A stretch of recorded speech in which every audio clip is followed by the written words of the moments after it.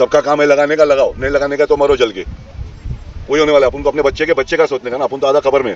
Correct है। बाकी भी तो आएंगे, अपने पिल्लर तो आएंगे, पिल्लर का पिल्लर टाइगर बाबा है, मेरा टाइगर का भी एक छोटा टाइगर आएगा, आप लोग का आएगा, सबका टाइगर घर में है। तो समझा करो बड़े, उनके लिए अपने को छोड़ने का झाड़ पान, खाना सही, पानी सही, हवा सही। जैकी श्रॉफ के हाथ में अक्सर होता है स्पाइडर प्लांट।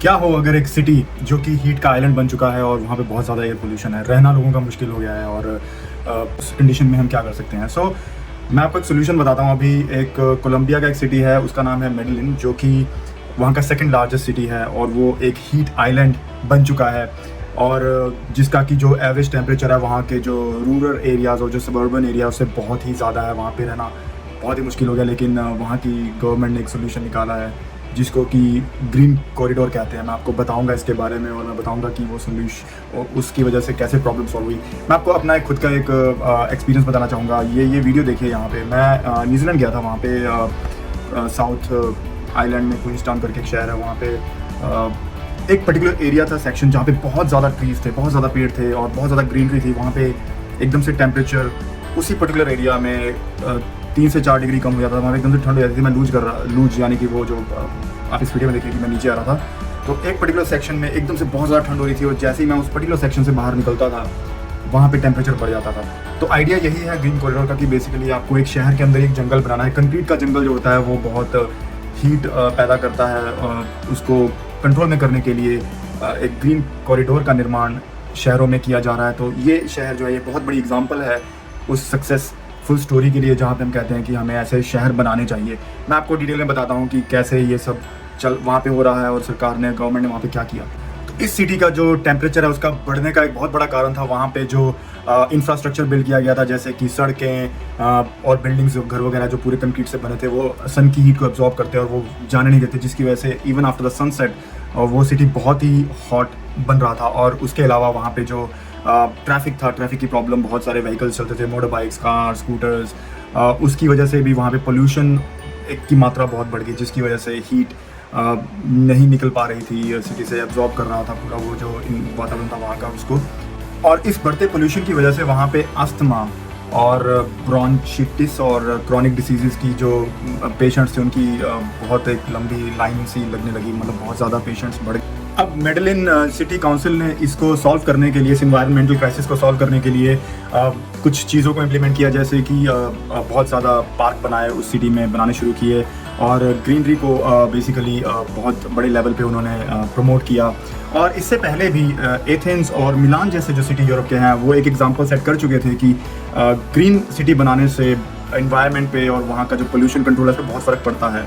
तो बहुत ही आशावादी जो है मेडलिन की जो सिटी थी 2016 में, बहुत ही आशावादी थी उस समय में कि अगर वो ये चेंजेस लाएंगे तो उनके बहुत सारे इन्वायरमेंट के प्रॉब्लम सॉल्व हो जाएंगे, और ये एक और लोगों की हेल्थ पे एक पॉजिटिव इम्पैक्ट भी पड़ेगा। It will be like a welfare for the city residents. और बहुत ही चैलेंजिंग अपॉर्चुनिटी थी ये, जिससे कि सिटी को बहुत ही अट्रैक्शन भी मिलने वाली थी। सो 2016 में वहाँ की काउंसिल ने इसे एक ग्रीन कॉरिडोर प्रोजेक्ट का नाम दिया, जिसमें कि पब्लिक एरियाज़ में बहुत बड़े लेवल पे ग्रीनरी को बढ़ाया गया।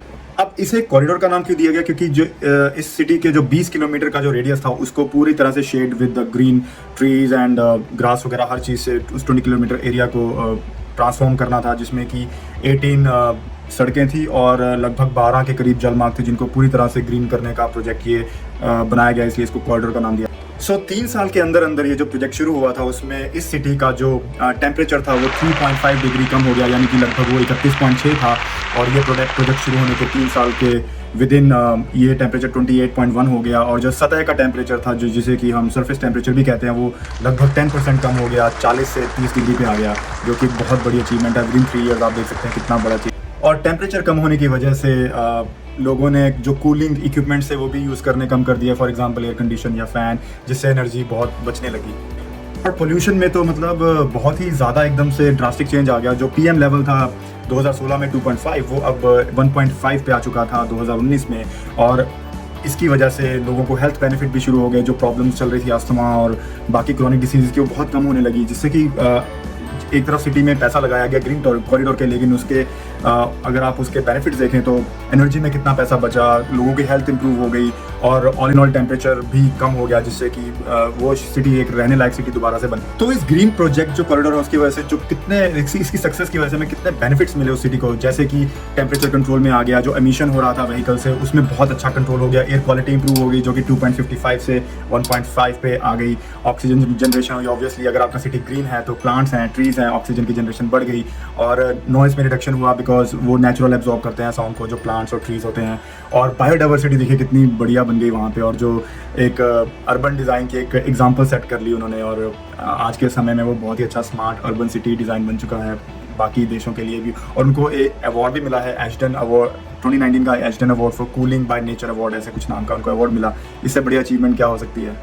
आप इस एग्जांपल से देख सकते हैं कि जो नेचर है वो अगर आप नेचर के हिसाब से चलेंगे तो आपकी कितनी सारी प्रॉब्लम्स को वो सॉल्व कर सकता है। और ये जो अर्बन लाइफ जो कि बहुत कॉम्प्लिकेटेड बन गई थी, लेकिन आपने उनको एक नेचुरल अप्रोच के थ्रू कहाँ से कहाँ पहुँचा दिया, और ये एक एग्जांपल सेट करता है। नॉट ओनली एक आपने एक इनिशिएटिव लिया, लेकिन ये एक सिटी के जो काउंसिल है उसकी प्लानिंग को भी दिखाता है कि उन्होंने एक बहुत अच्छे से प्लान किया, और कम्युनिटी सोसाइटी जो है हमारी, वो उसका कंट्रीब्यूशन जब तक नहीं होगा पॉजिटिव, तब तक वो चीज़ें सक्सेसफुल नहीं हो सकती। वहाँ की जो लोकल कम्युनिटी थी उन्होंने ये प्रॉब्लम को समझा, उन्होंने काउंसिल के साथ पूरा सपोर्ट किया, और आज देखिए इतना अच्छा चेंज आ गया उस सिटी। वहाँ की लोकल गवर्नमेंट ने तो इस पे इनिशिएटिव लिया, लेकिन वहाँ के जो लोकल लोग थे उन्होंने भी बढ़ चढ़ के इसमें वॉलंटियरली काम किया और पूरा सपोर्ट किया। सर वहाँ की जो लोकल गवर्नमेंट थी उसको इस प्रोजेक्ट को सक्सेसफुल बनाने में, उस हीट आइलैंड को जो कि बहुत हीट एब्जॉर्ब करता था उसको एक लश ग्रीन सिटी बनाने में, तो लोकल रेजिडेंट्स को भी उतना ही क्रेडिट जाता है जो कि जितना कि लोकल गवर्नमेंट को। पैसा इन्वेस्ट किया,